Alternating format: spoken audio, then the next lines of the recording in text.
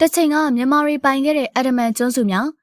အဒမန်ကျွန်းစုတွေဟာရှေးရခင်ကမြန်မာနိုင်ငံရဲ့ပိုင်နက်နယ်မြေတစ်ခုဖြစ်ခဲ့ပါတယ်။ဘင်္ဂလားပင်လယ်အတွင်းမှာတည်ရှိပြီးတော့အိန္ဒိယနိုင်ငံအင်ဒိုနီးရှားနိုင်ငံနဲ့ထိုင်းနိုင်ငံတို့နဲ့နီးကပ်စွာတည်ရှိပါတယ်။အဒမန်ကျွန်းစုတွေဟာတမိုင်းတစ်လျှောက်မှာအရေးပါတဲ့အခမ်းကဏ္ဍတစ်ခုအနေနဲ့ပါဝင်ခဲ့ပြီးတော့ယနေ့ခေတ်မှာတော့အိန္ဒိယနိုင်ငံရဲ့ပြည်ထောင်စုနယ်မြေတစ်ခုဖြစ်ပါတယ်။အဒမန်ကျွန်းစုတွေဟာရှေးခေတ်မြန်မာဘုရင်တွေရဲ့အုပ်ချုပ်မှုအောက်မှာရှိခဲ့ပါတယ်။ပကံခေတ်အင်းဝခေတ်နဲ့ကုန်းမောင်ခေတ်တွေမှာဆိုရင်မြန်မာဘုရင်တွေကအဒမန်ကျွန်းစုတွေကိုအုပ်ချုပ်ခဲ့ပြီးတော့အဲ့ဒီခေတ်တွေမှာမြန်မာလူမျိုးတွေကအဒမန်ကျွန်းစုတွေမှာနေထိုင်ခဲ့ကြပါတယ်။18ရာစုနောက်ပိုင်းမှာတော့ဗြိတိရှအင်ပါယာကအဒမန်ကျွန်းစုတွေကိုသိမ်းပိုက်ခဲ့ပြီးတော့အဲ့ဒီအချိန်ကနေစပြီးအဒမန်ကျွန်းစုတွေကဗြိတိရှအိန္ဒိယရဲ့အစိပ်ပိုင်းတစ်ခုဖြစ်လာခဲ့ပါတယ်။1948ခုနှစ်မှာအိန္ဒိယနိုင်ငံလွတ်လပ်ရေးရရှိပြီးတဲ့နောက်မှာတော့အဒမန်ကျွန်းစုတွေကအိန္ဒိယရဲ့ပြည်ထောင်စုနယ်မြေတစ်ခုဖြစ်လာခဲ့ပါတယ်။အဒမန်ကျွန်းစုတွေဟာတမိုင်းကြောင်းအရာရောယဉ်ကျေးမှုအရာပါမြန်မာနိုင်ငံနဲ့နီးကပ်စွာဆက်နွယ်နေပါတယ်။အဒမန်ကျွန်းစုတွေမှာနေထိုင်နေတဲ့ဒေသခံလူမျိုးတွေဟာဆိုရင်မြန်မာလူမျိုးတွေနဲ့ဆက်နွယ်နေပြီးတော့